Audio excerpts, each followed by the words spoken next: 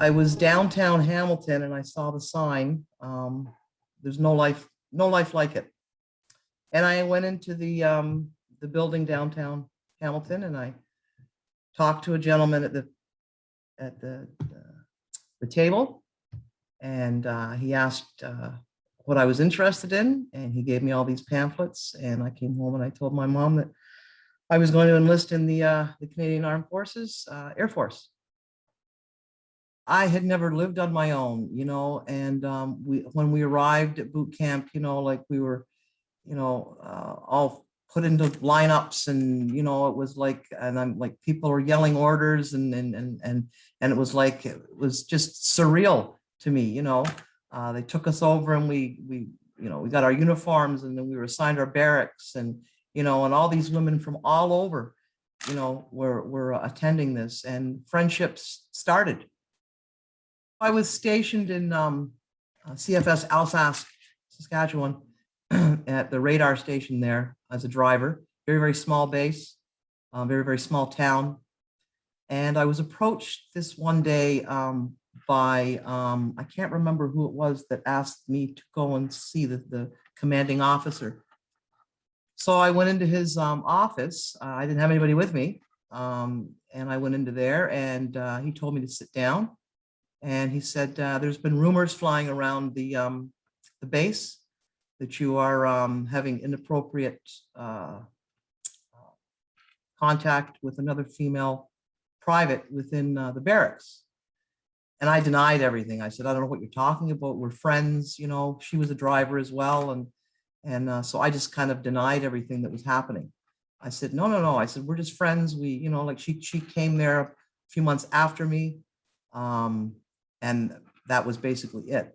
From there, it kind of shifted to, all of a sudden, we had this female captain appear on the base that was supposed to have been a nurse.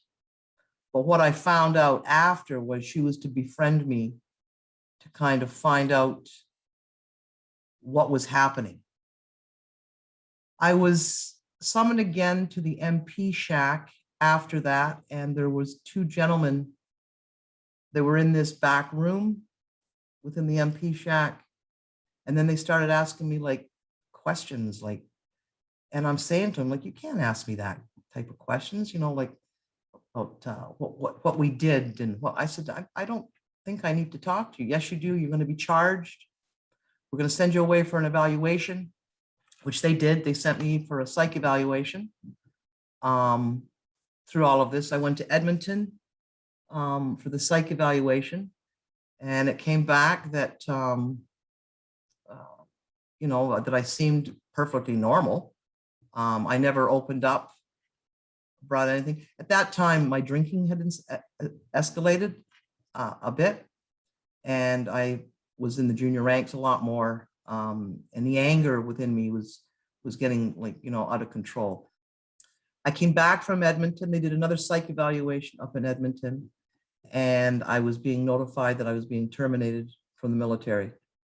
The CO called me into his office, again alone, and told me, between him and I, he asked me to have a seat, and I said, no, I don't want to sit down. He said, you're being terminated. You're not welcome on this base. We don't want you on your type on this base.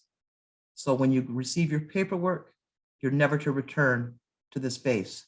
And I stood and I looked him right in the eye, and I said, sir, you can take your base and you can shove it up your ass. Those were my words to him. And I saluted him, and I turned around and I walked back out. The paperwork was issued to me. And I thought, now what do I do? Like, where do I go now? Like, I've got nothing. I've got no money. I had a civilian friend that lived in town. He was in charge of the barracks, the cleaners, and she took me in. And she was God sent to me. She was my support through all of this. She really took me under her wing. I flew back to Scotland, where I had buried everything inside of me. I didn't want to talk about it. It was just, I I didn't feel the need to talk to anybody about it. I would fix this on my own. And for all those years, I came back to Canada in 1986. Drinking escalated again, drugging, like just holding all of that inside of me, being told that I was no good, that I would, I wouldn't be a veteran because I didn't serve, like this CO was just evil. And it wasn't until a friend of mine who I knew from childhood had suffered the same as what I had suffered, reached out to me and said, "Are you aware that Prime Minister Trudeau has done this for the LGBTQ community?" And I said, "No." He said, it's the purge. And I looked at it and I looked within it and I thought, my God, it's about time. I reached out, I found the group online, Facebook group online, and I basically went in there and I stated in there that, I don't know whether I'm entitled to because I'm not a veteran. And one of the girls came back, I want to say it was Diane Petrie, I think was her name. She came back and she said to me, "Private McVicars, you are and always will be a veteran of the Canadian Armed Forces. And I'm so happy that you served."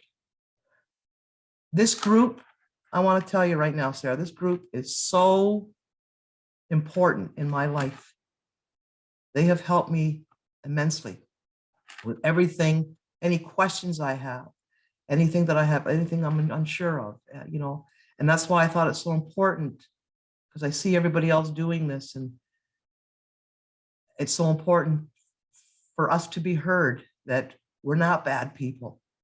I could have had a lifetime in the Canadian Armed Forces and retired with a great pension, and they took that away from me. They took everything away from me. To keep this going so that it doesn't get lost, so it doesn't happen again. I think it's still going on in the military myself, personally. I really do. You've got those members in there that are homophobic and don't want us in there. And that's their cross to bear. They have to answer at the end of the day. It's so important to keep the message alive. It's so important to keep the message going so we don't fall back into our old ways of the way it used to be. I mean, you go back to the 50s, 60s, 70s, the thousands of people that this affected, but to keep the story going, to keep everybody informed of what actually happened within the Canadian Armed Forces. That's important to me.